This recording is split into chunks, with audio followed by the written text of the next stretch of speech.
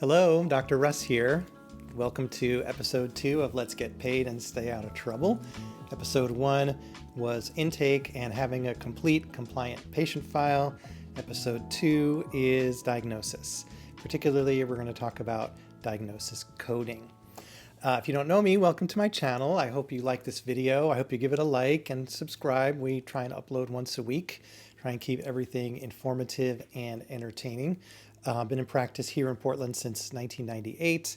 I've served 6 years on the peer review committee of my state board.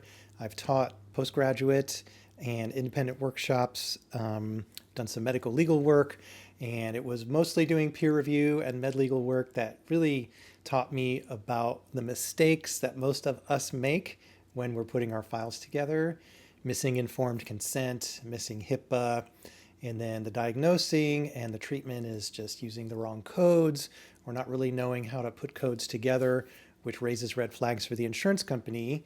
And, at best is just going to get your claims denied, and at worst can get you into trouble. So I want you to get paid for what you do, and I want you to stay out of trouble. Your whole process of diagnosis really starts with the intake and the patient's first contact, establishing credibility and trust, so that the patient can open up to you and tell you what's going on and feel comfortable with you doing your assessment. Through your assessment, from your intake forms to your history and all your examination, you come to your diagnosis or your diagnoses.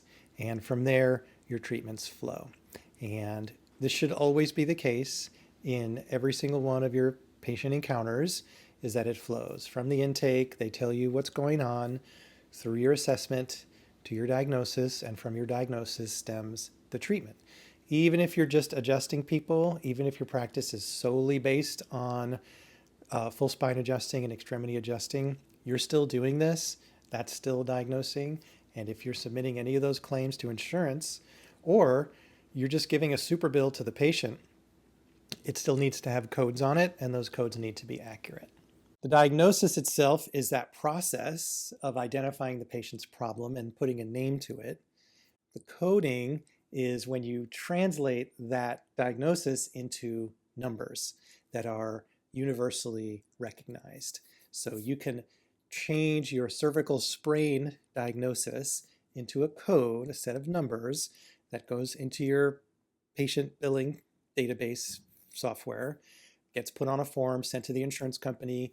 There's no mistaking what that code means. That code means the same thing to everybody.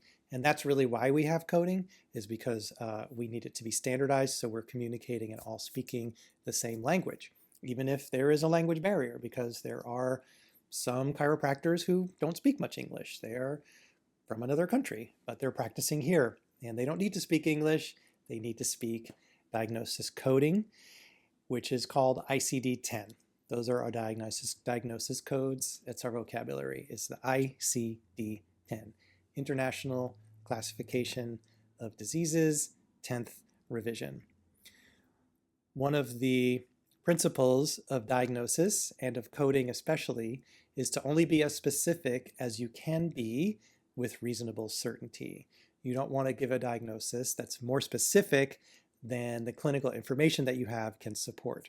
For example, a patient comes in, their complaint is left hip and leg pain in a sciatic type referral. You might suspect that that's a disc problem, but you can't diagnose that as a disc yet. You don't have enough information.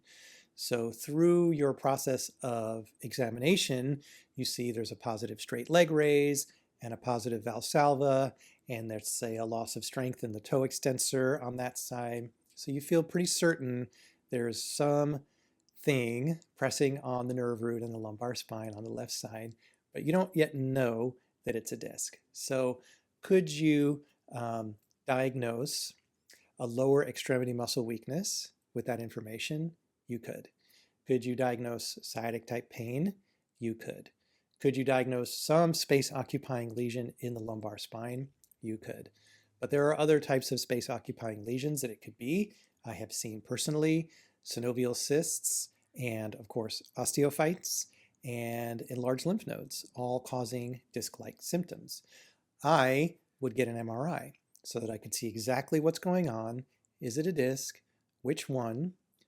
What type of herniation is it? And are there any complications? That's what I want to see.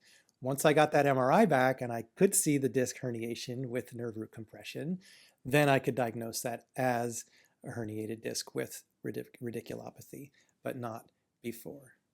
So the diagnosis code, as I said, is called the ICD-10 code. The ICD-10 is a huge vocabulary. There are thousands and thousands and thousands of codes. We're not going to use most of them. I have maybe 10 of them memorized. Otherwise, we look them up. But there is a certain structure to the ICD-10 code that is useful for you to know. So let's look at it. Every ICD-10 code starts with a letter, 2 numbers, and a decimal point. A letter, 2 numbers, and a decimal point. The letter is the indication of kind of the type of condition. So in this case, with this S13.4XXA diagnosis, the letter S refers to injury. There are chapters and subdivisions of ICD-10 for every letter, I think, except U for some strange reason. So the letter is kind of the general idea of the type of condition. The 2 numbers tell you kind of the category and the region. So this code, S13.4XXA, is the code for cervical sprain. So the S means injury, 13 means cervical spine sprain. The next numbers tell us about the severity or the laterality or other information. So sometimes after the decimal point you have 2 numbers. Sometimes you have a number and 2 letters.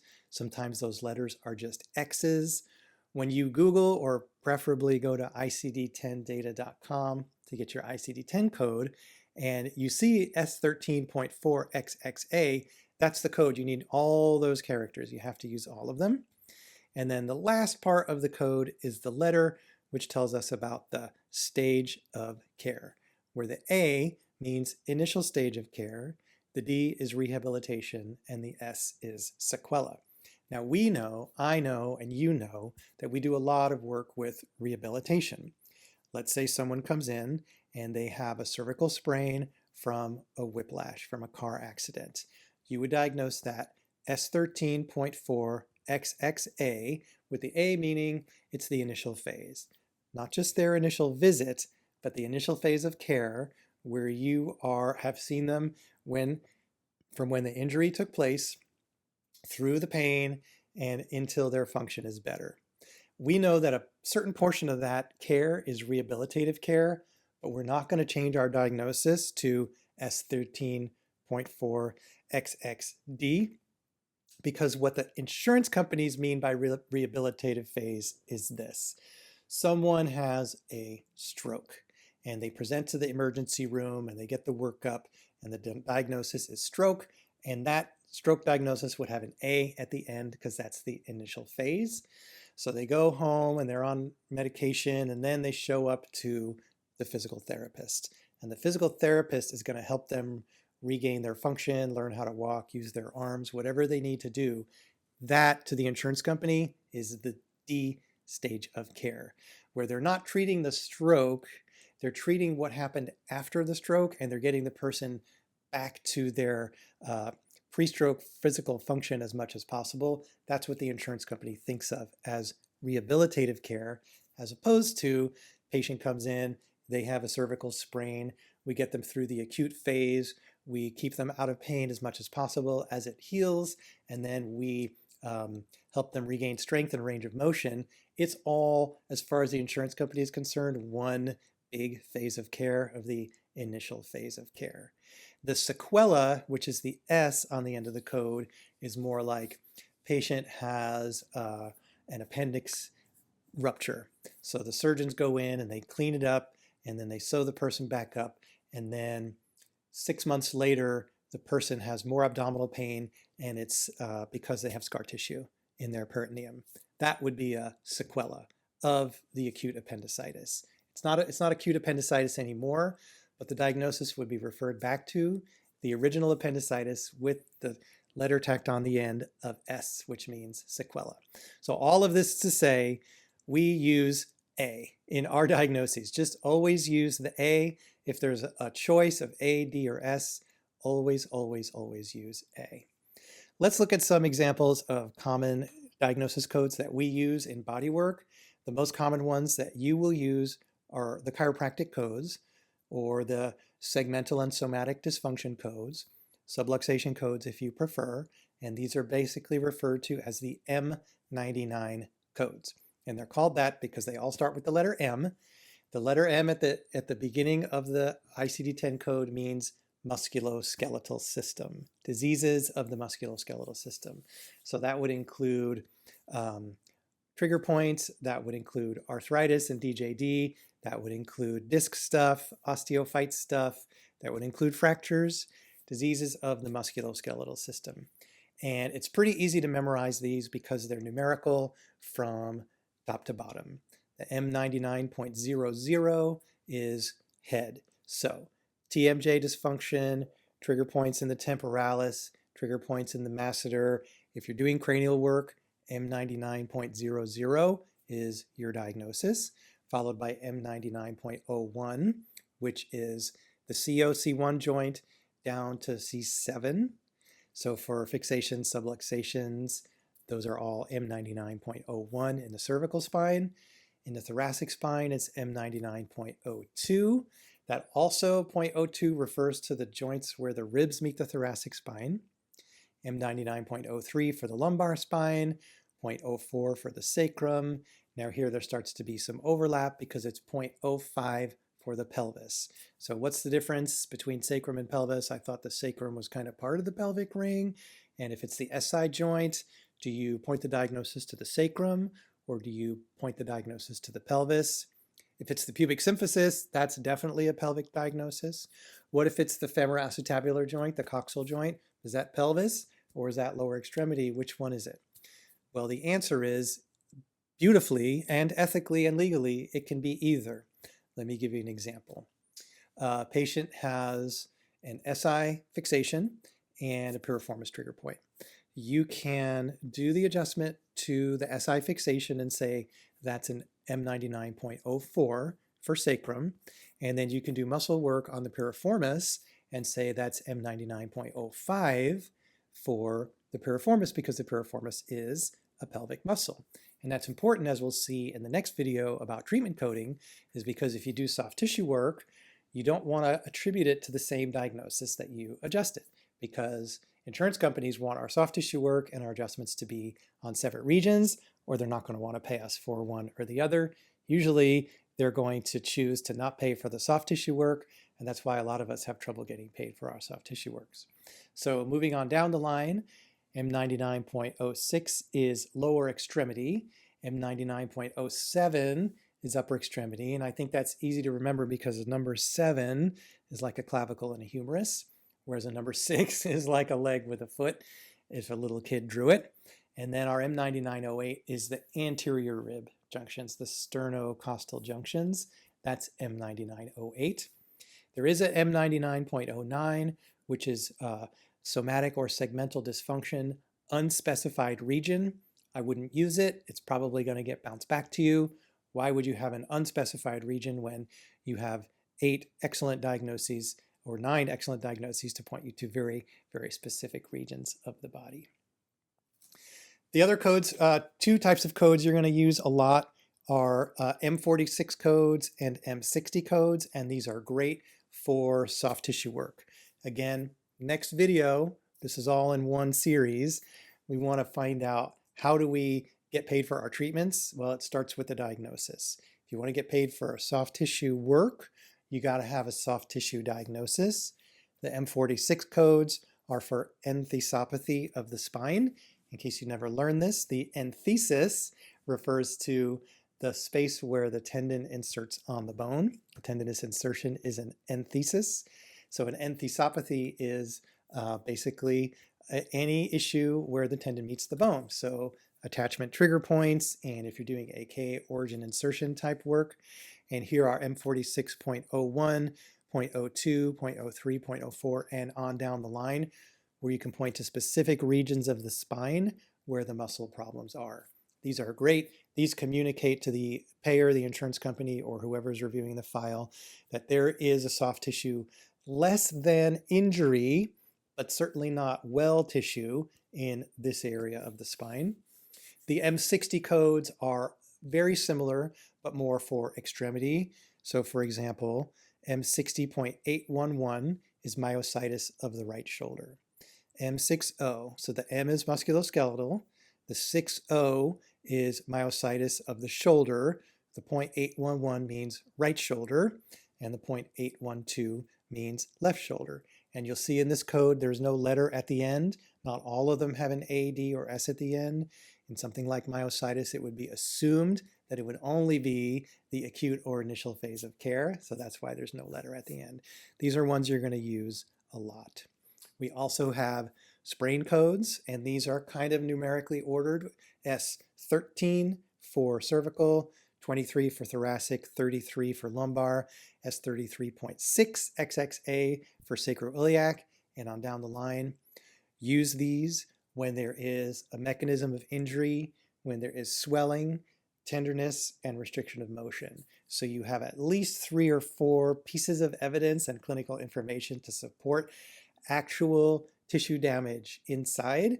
Again, we don't want to upcode. If it's just a subluxation, we don't want to call it a sprain. This would be a great time to talk about why. Why don't we upcode? Okay, number one, it protects your patient. So let's say you've got a patient who works at a computer and gets neck stuff, trigger point in the left upper trap, and they feel crunchy and they feel tight, and they come to you and you do your amazing work and you make them feel better and you diagnose that as a sprain, okay? That would be upcoding because that's not a sprain. Then one day, heaven forbid, they're driving along, minding their own business, and they get rear-ended in their car. Now they have a cervical sprain. And their auto insurance is supposed to pay for the care and the missed work and etc. that they need in order to recover from this automobile crash related injury. But in your previous file, their neck was already sprained when they were hit. Do you see where this is going? The insurance company is going to say, nuh-uh, we're not paying for this cervical sprain treatment. They already had a cervical sprain. It's in Dr. Russ's file, cervical sprain, predating the injury. Uh-oh, I have just really messed up my patient's life because now they're going to have to pay out of pocket or get a lawyer and fight this insurance company, and I don't look good in this situation. So the temptation to upcode is there because you think their general health insurance is going to pay me for more visits and more types of care if I tell them that it's a sprain than if I tell them that it's just a fixation or segmental dysfunction. Don't do it. Just don't upcode. Only code to the severity that it truly is. So here's our sprain codes, and then we have disc codes as well, the M50s. The interesting thing about the disc code is that there's 3 main types. There would be like M50, which is a cervical disc herniation, and M50.10, which is a cervical disc with radiculopathy, and another one which I don't have memorized and I don't have here, which would be cervical disc disorder with myelopathy. So when you're diagnosing and making a diagnosis code for a cervical disc or a lumbar disc, make sure you've got the right severity, whether there's radiculopathy, myelopathy, or neither.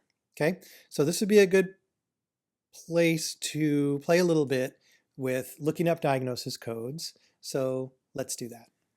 So here we are on the website, icd10data.com. I've got my ad blocker on. If I didn't, this website would look a lot messier.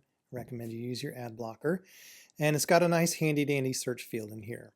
And I'm going to recommend that you use icd10data.com and not Google. And the reason will become clear here in just a second. So let's type in cervical disc. And we're going to get a nice long list of things. Other cervical disc disorders, unspecified cervical region, calcification of cervical disc, blah, blah, blah. What I want to do is I want to scroll down till I see the general code, the cervical disc disorders M50. And if I click on this, it's going to give me the option to look for multiple codes below it that have a greater level of detail. Do you see this red arrow? And here in red it says non-billable, non-specific code. This is why I don't like to use Google to get my ICD-10 codes, because Google won't tell you if your code is billable or not. And the whole point of the code is to be billable. So there are non-billable codes like M50. M50 is a general code for cervical disc disorder. It doesn't say what type, it doesn't say what level, it doesn't say how bad. So anytime you're on ICD-10 data and you see the red arrow, you want to click greater level of detail, which now will give us the whole list of all of the M50 codes. I'm going to scroll down so you can see there's really quite a few. So let's look at these. The M50.0 group, also non-billable, but that's cervical disc with myelopathy. The green arrow means billable. M50.00 means unspecified region. M50.01, high cervical region. M50.02 is your mid-cervical region. So these green arrows, these would all be billable codes, meaning if you sent this diagnosis code to the insurance company through your insurance biller with some treatment for cervical disc, they would accept the code. Then they would probably accept the treatment, okay? So we're going to keep going down. So the M50.02 is with myelopathy, M50.1, and that group is with radiculopathy. I think you can start to see the pattern. M50.120, mid-cervical, unspecified, with radiculopathy. Now we come down to M50.2, other cervical disc displacement, no radiculopathy or myelopathy mentioned. So if the person had neck pain, positive cervical compression, positive Valsalva, but no upper extremity symptoms, so no weakness, no tingling, no numbness, no reflex changes, just pain here and positive compression, etc., I would call that a cervical disc displacement. I wouldn't know the level, and I wouldn't actually know that it was a disc until I got an MRI, okay? So, but this could tell you, you can use these diagnosis codes to tell the insurance company exactly which level it is and to have that in your file. So let's click on this one. Now here it gives us a full description of the code. M50.221 is a billable specific ICD-10 code that can be used to indicate a diagnosis for reimbursement purposes. That's how you use ICD-10data.com. Let's look at another example of shoulder pain. Okay, here is pain in unspecified shoulder, pain in right shoulder, M25.511. You can see the pattern, M25.519.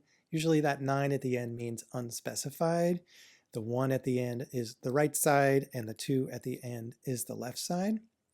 Let's say we said shoulder strain.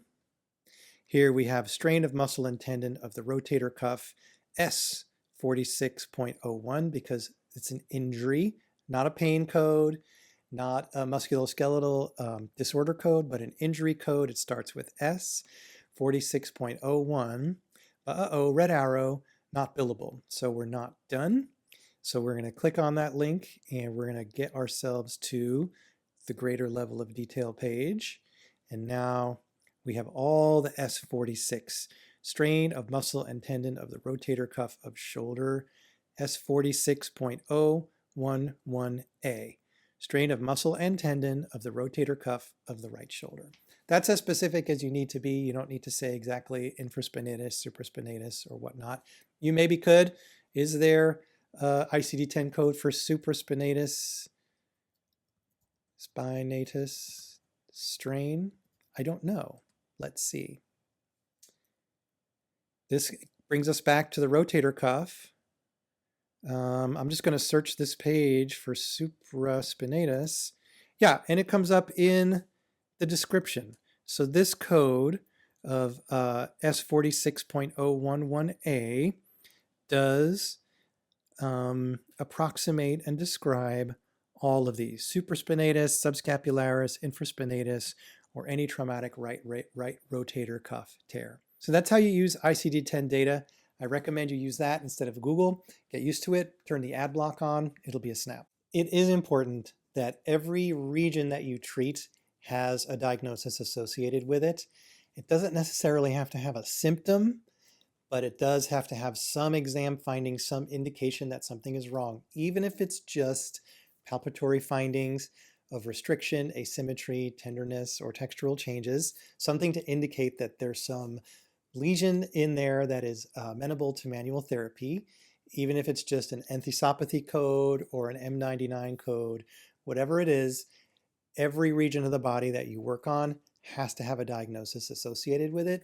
And the reason is because on your insurance claim, every treatment that you do is going to be needed to point to or associated with a diagnosis or a number of diagnoses. So if you adjust a shoulder, you're going to need to have some shoulder diagnosis to point to. It could be an M99.07, or it can be a sprain code, because you are certainly allowed to adjust joints that have been subject to injury. So always make sure that you have that. That brings us to the end of this very basic outline of how to use diagnosis codes. I hope you maybe watch this again. I know it can be confusing. It's the whole thing about, first I have to learn like actually how to assess someone and diagnose them, and then I have to learn how to translate that into a code. Yes. If you have good software for your practice management, it'll help. It'll help a lot, but you need to know what you're looking for in order to find it. So good luck and stay tuned, because the next video is about treatment codes, and treatment codes and diagnosis codes always go together. And we're going to talk about that real soon. Dr. Russ signing off.